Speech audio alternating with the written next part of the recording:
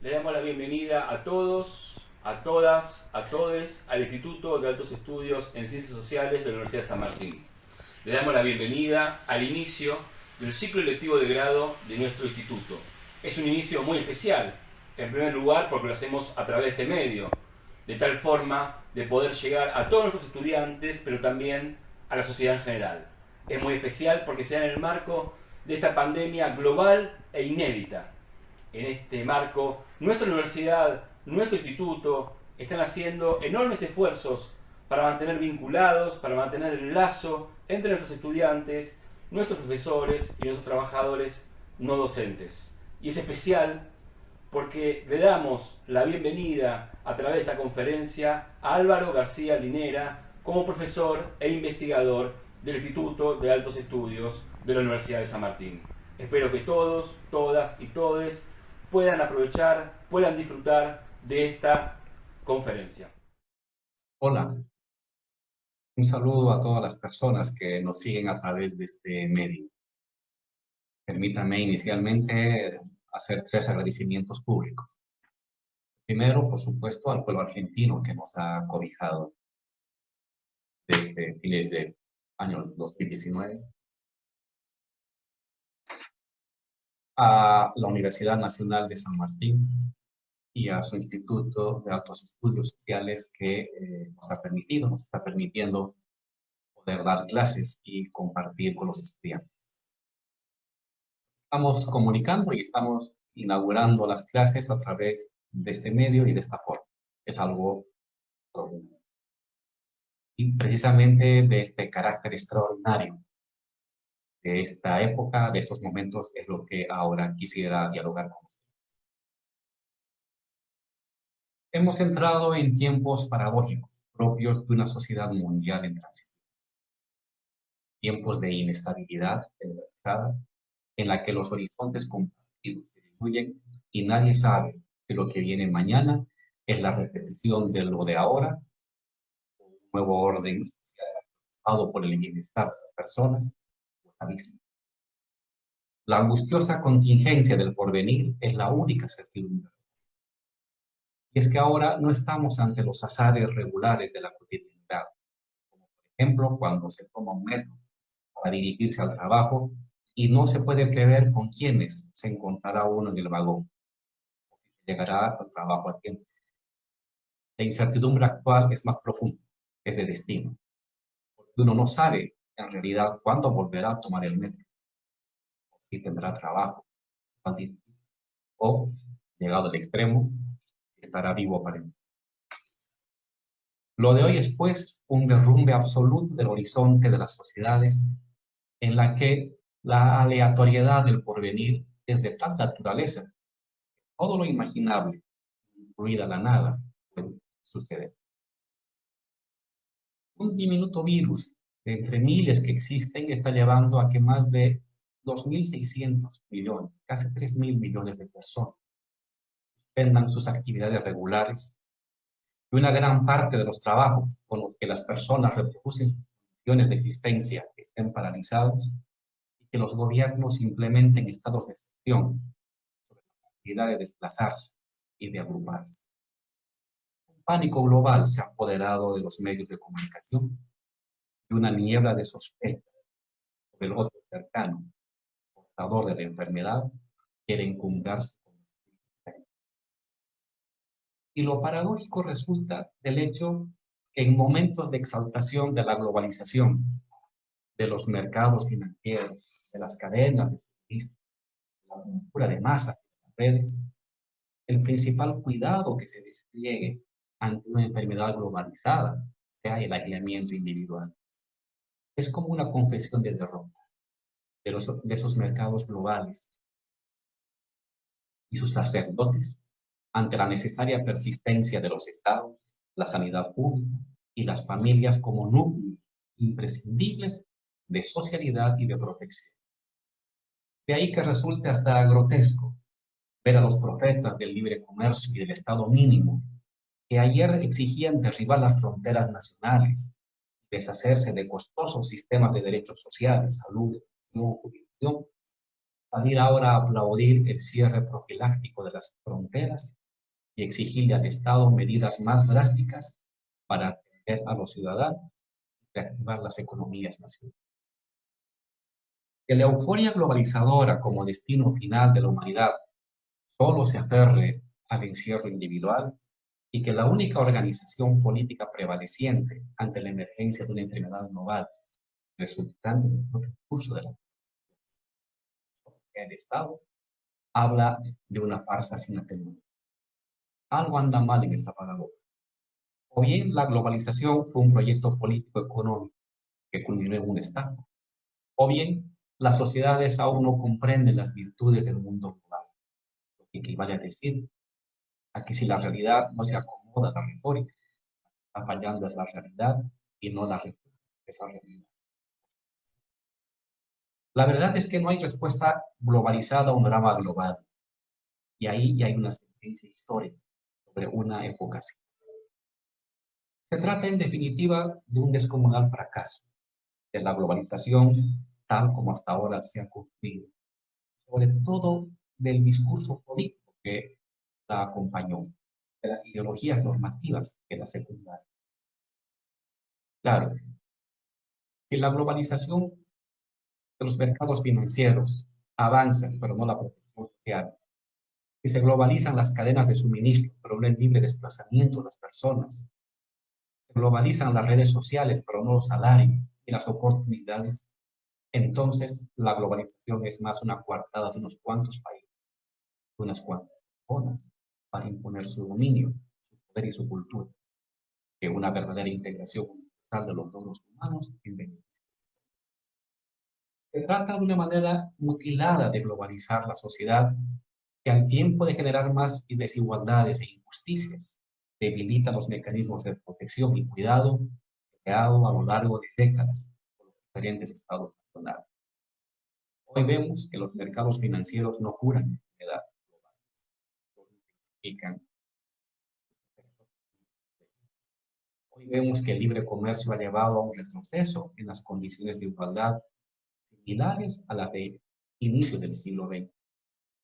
Según el profesor Piketty, el 1% de la gente más rica de Estados Unidos, que el año 1975 llegaba a concentrar el 20% de la propiedad del total de los activos inmobiliarios, profesionales y financieros, en 2018 ha aumentado su participación al 40%, similar a lo que sucedía. Y lo mismo viene sucediendo en el resto de las grandes economías. Hoy sabemos que ninguna institución global tiene la más mínima posibilidad de cohesionar las voluntades sociales para enfrentar las adversidades globales. En cambio, el Estado sí lo viene logrando. Es decir, la globalización hasta ahora funciona como modo de acrecentar ganancias privadas de las empresas grandes del mundo. En contraparte, es inútil para promover la protección de las personas. La actual pandemia no es la primera de carácter global. Ya se han presentado desde el inicio del mercado mundial, allá por el siglo XVI, durante la colonización de América, cuando, por ejemplo, la viruela redujo entre el 70 al 80% la población originaria del continente. Luego, en distintos lugares del planeta, las infecciones del cólera, de la gripe rusa en el siglo XIX, la gripe española en 1918, la gripe aviar, el VIH, recientemente el SARS-1, H1N1. Las enfermedades globales emergen de los modos de sustitución formal y de sustitución real de la naturaleza viva a la racionalidad mercantil, que fracturan los procesos regulados de transmisión de enfermedades entre distintas especies. Sustitución formal, cuando se presiona a los pequeños productores a internarse cada vez más en bosques y áreas ecológicamente autosostenibles, a mercantilizar la flora y la fauna. Real, cuando la producción plenamente capitalista impone ilimitadamente en bosques modos de trabajo agrícolas extensivos, articulados a los mercados de los productores. En ambos casos, La interfaz entre la vida silvestre y los seres humanos, que se regulaban gradualmente durante décadas y siglos a través de la difusión en pequeñas comunidades, ahora se comprime en días o semanas, gigantescos conglomerados de las ciudades, tallando agios fulminantes, masivos. Detrás de cada pandemia está una manera de definir la riqueza social como ilimitada acumulación privada de dinero y de materiales, y que, por tanto, convierte a la naturaleza, sus componentes deseos e inanimados, en una simple masa de materia prima susceptible de ser procesada, depredada y financiarizada. Es un modo enseguecido de producir cada vez más dinero, pero impotente para producir un modo global para proteger a las personas, menos a la naturaleza. El resultado es un orden dominante de sociedad que no comprende que su compulsiva manera de devorar la naturaleza en el altar de las ganancias es también una manera de devorarse. Que los mercados y las instituciones globales ahora se escuden detrás de las legitimidades estatales para intentar contener los demonios destructivos que esta forma globalizada ha desatado en la constatación de un dominio. De las instituciones globales para proponer factibles respuestas para proteger la salud de las personas de todos los países, pero también de los mercados globales para impedir el descalabro económico mundial acelerado por la pandemia. Al estancamiento económico de los últimos años, ahora le sigue la recesión mundial, es decir, un decrecimiento de las economías locales que va a llevar a un cierre viral de empresas, al despido de millones de trabajadores, a la destrucción del ahorro familiar, al aumento de la pobreza y el sufrimiento social. Nuevamente, los sacerdotes de la globalización, insuflados en su mezquindad, se cruzan de brazos a la espera de que los estados nacionales, las últimas reservas, hipotequen el futuro de al menos 2 generaciones para contener el enojo popular y atemperar el desastre de los efectos de la globalización universal. Cuando la pujanza global era evidente, ella tenía muchos padres, cada cual más enardecido respecto a la fingida superioridad histórica del libre mercado.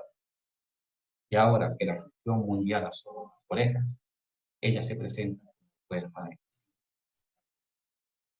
y tendrá que ser el vapuleado Estado que intente salir al frente para atenuar los costos sociales de una orgía económica. Ciertamente asistimos y asistiremos a una revalorización general del Estado, tanto en su función social protectiva como económica financiera. Ante las nuevas enfermedades globales, pánicos sociales y recesiones económicas, solo el Estado tiene capacidad organizativa y la legitimidad social como para poder defender a los ciudadanos. Estamos ante un momento de regresión colectiva a los miedos sociales, que a decir de Norberto Díaz, fundamentos de las construcciones estatales.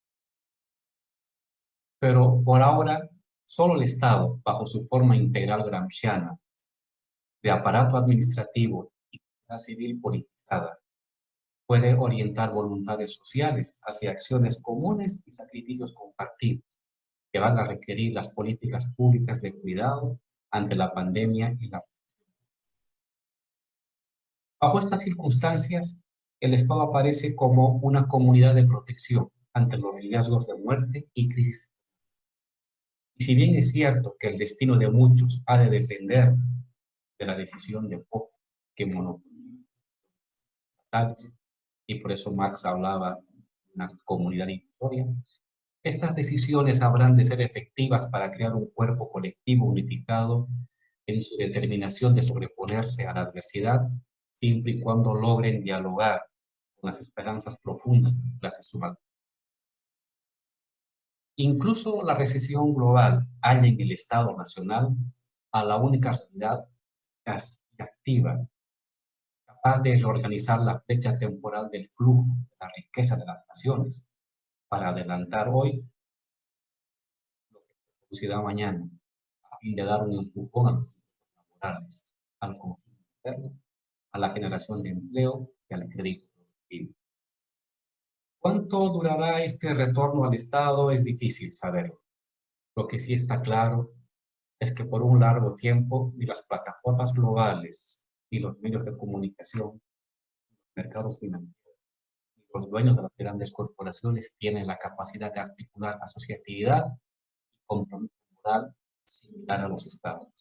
Que esto signifique un regreso a idénticas formas de estado de bienestar o desarrollismo de décadas atrás, no es posible, porque ya hay unas interdependencias técnico-económicas que no pueden dar marcha atrás, para elegir sociedades autocentradas en el mercado interno y el asalariamiento regular.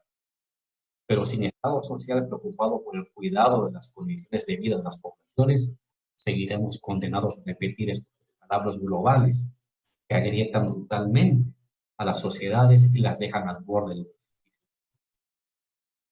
Las formas emergentes de Estado tendrán que combinar una revalorización del mercado interno, la protección social ampliada a asalariados, pero también no asalariados y otras formas híbridas de trabajo autónomo, profundas políticas de democratización de la propiedad y las decisiones sobre el futuro, con la articulación controlada de las cadenas de suministro mundiales, la fiscalización radical de los flujos financieros e inmediatas acciones de protección del medio ambiente planetario.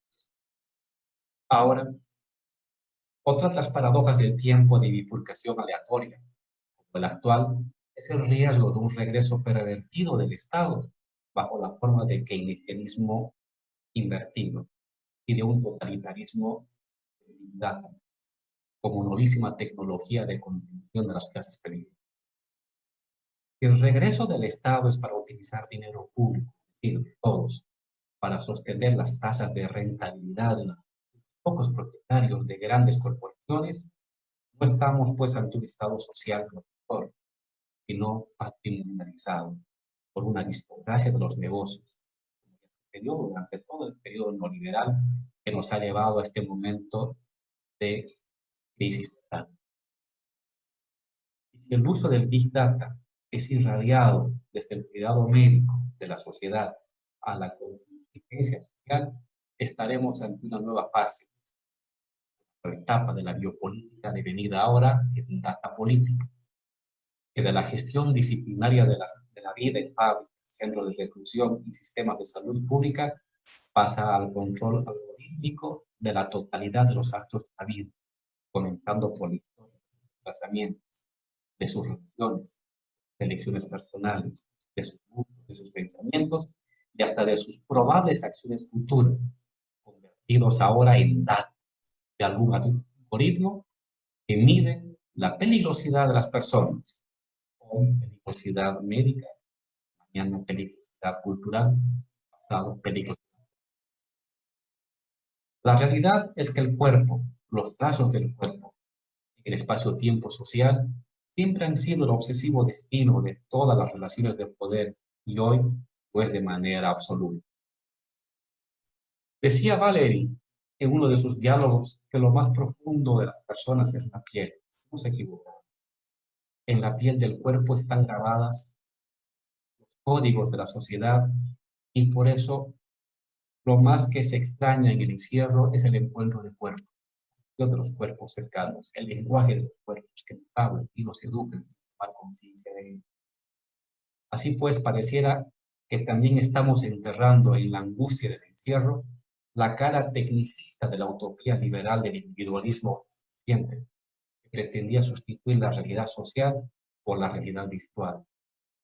Es que los cuerpos, sus intenciones, sus interacciones son y seguirán siendo imprescindibles para la creación de sociedad y de humanidad. Ahora sabemos que los empleos virtuales, el llamado teletrabajo, importante y sin aumento, no son el modo predominante de la generación de riquezas. Hoy sabemos que la fuerza de trabajo es siempre una composición de esfuerzo físico y mental, que las sociedades nacionales se paralizan si no hay actividad humana corporal interactuando con otras corporalidades. Es como si la piel y el cuerpo fueran fuerzas productivas de la sociedad en general y de las formas de comunidad en particular. comenzando la familia, la nación y el mundo. Un like en el Facebook es una convergencia cerrada de inclinaciones que no produce algo nuevo más que el incremento contable de adherencias anónimas. Asamblea, en cambio, es una permanente construcción social corporal de conocimientos prácticos y experiencias. El desasosiego y sensación de mutilación con las que las personas reaccionan ante el necesario y temporal encierro revela que el cuerpo no es meramente un estorboso espectáculo de un cerebro capaz de dar el salto a la virtualidad absoluta. El cuerpo no es un cajón de neuronas organizadas. El cuerpo es la prolongación del cerebro en la misma medida que el cerebro es la prolongación del cuerpo. Por tanto, mecanismos de conocimiento, de invención, de acción social son actividades integrales de todo el cuerpo en su vinculación con otros cuerpos, con la humanidad entera y la naturaleza. El cuerpo es, pues, un lugar privilegiado de conocimiento social y de producción de la sociedad. Que los límites de la virtualidad global forzada saque a luz el valor de la experiencia del cuerpo es también otra de las paradojas del tiempo ambiguo.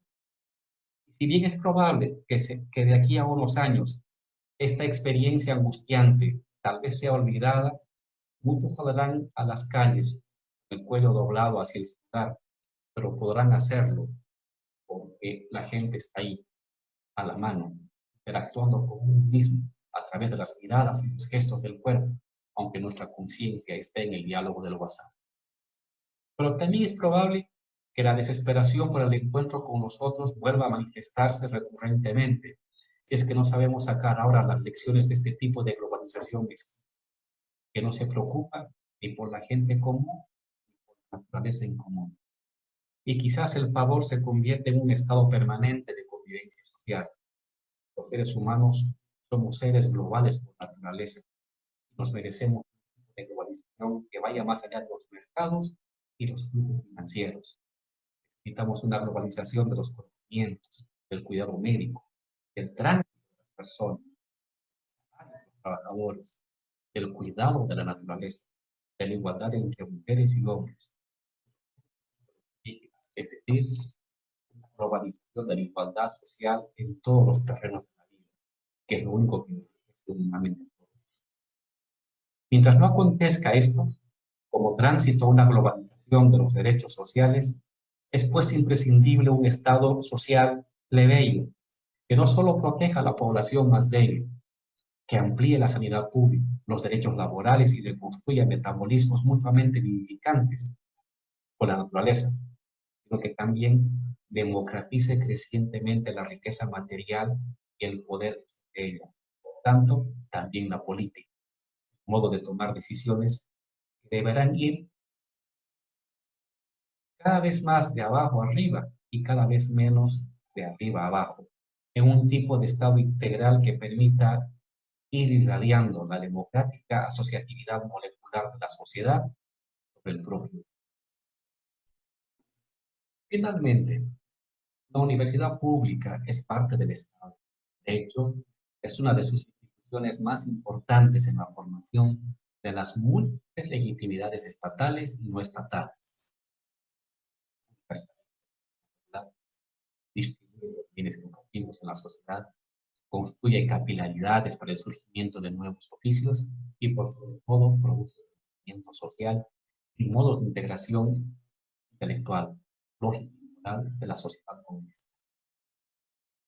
En tiempos neoliberales, a la par con el desmoronamiento del Estado social, las élites abrazaron vías de legitimación externas, las burocracias de universidades del norte, los de organismos internacionales, que se dedicaron a crear una liturgia en torno a las bondades de la explotación de recursos públicos y la externalización de los excedentes secundarios. Ello trajo una cadena de desprecios coloniales hacia el conocimiento local y las universidades públicas.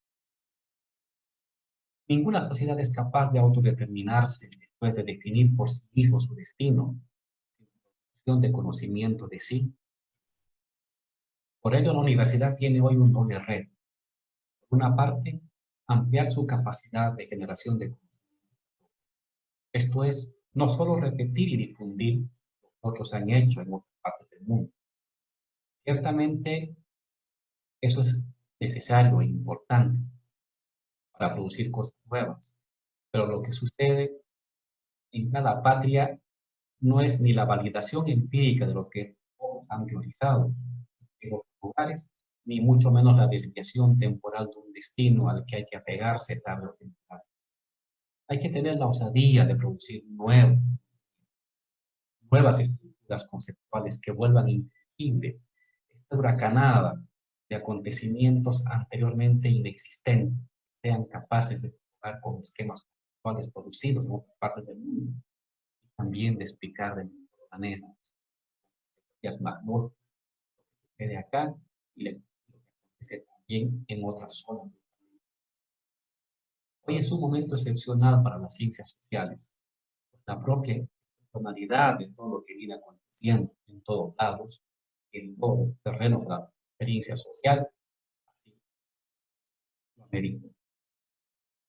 La sociedad latinoamericana, a lo largo de su historia pasada y presente, ha dado ejemplos de una inigualable audacia política y social para impugnar las múltiples relaciones de poder, para producir combinaciones institucionales novedosas, para levantar formas de acción colectiva vanguardistas, de las cuales sirven como ejemplo o referente de otras sociedades.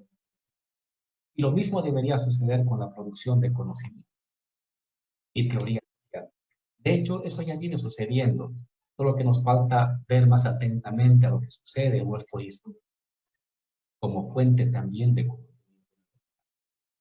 Encima, contamos con una forma de proceder más plural y en cierta manera cosmopolita intelectual. A diferencia de las academias de los países centrales, en las que cada universidad prestigiosa y cada intelectual reconocido puede predecir el efecto de competencia de las posiciones intelectualmente dominantes, practica un silencioso desprecio por lo que se produce en otras naciones, una suerte de vergonzoso nacionalismo intelectual. En nuestros países en América Latina, en cambio, existe una interés a veces sobredimensionada por conocer la producción académica de otros países, especialmente si son dominantes. Esto, que en principio es un lastre, fácilmente es y puede ser una gran ventaja si sumamos a todo ello una irrefrenable pasión por lo incluido lo propio. A eso es lo que finalmente podríamos llamar como producción de conocimiento universal, mucho más potente que muchos conocimientos regionalistas y localistas dominantes y que hoy sí simulan ser universales por el solo hecho del efecto en la teoría de la posición económicamente dominante del planeta en los lugares donde se produce. En segundo lugar, el compromiso del estudiante, del profesor, del investigador con la sociedad. Frente a una lectura distorsionada de la recurrida neutralidad valorativa que ilusiona hallar personas despojadas del conjunto de valores, inclinaciones políticas, apegos morales que atraviesan sus estructuras vitales, cosa que es ya en sí misma la valoración mágica del mundo, es por demás evidente que el investigador no puede desprenderse de su ser social ni de la trama de relaciones de poder que vean. En estricto sentido, por lo general, la fuerza interior de cada buena investigación radica precisamente en la correcta administración de esa trama constitutiva del ser social del investigador. Una conciencia de esas determinaciones para inicialmente plantear el problema de investigación es el mejor. Pero esta conciencia implacable de los criterios valóricos que ayudan a formular el hecho social, estudiar, no puede ni servir para someter a las mismas razones el proceso y el resultado de la investigación, porque entonces ya no se investiga, sino que se valida algo que ya era sabido antes de la investigación.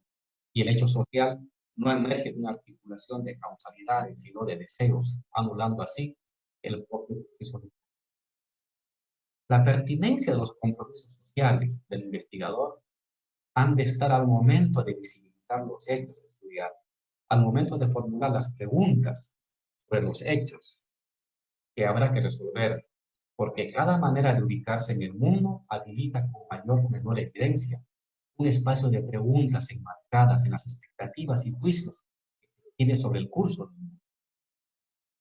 La lealtad, los compromisos, y estos son críticos, sobre la realidad del mundo deben ponerse a prueba en la multidisciplinariedad y heterodoxia de las herramientas conceptuales, retorcer, fusionar o inventar aquellas que mejor capten la dinámica de los acontecimientos. La propia investigación necesariamente va a hacer brotar en su desarrollo conceptos, esquemas lógicos que expresen de mejor manera las regularidades detectadas y no hay que rehuir a ellos.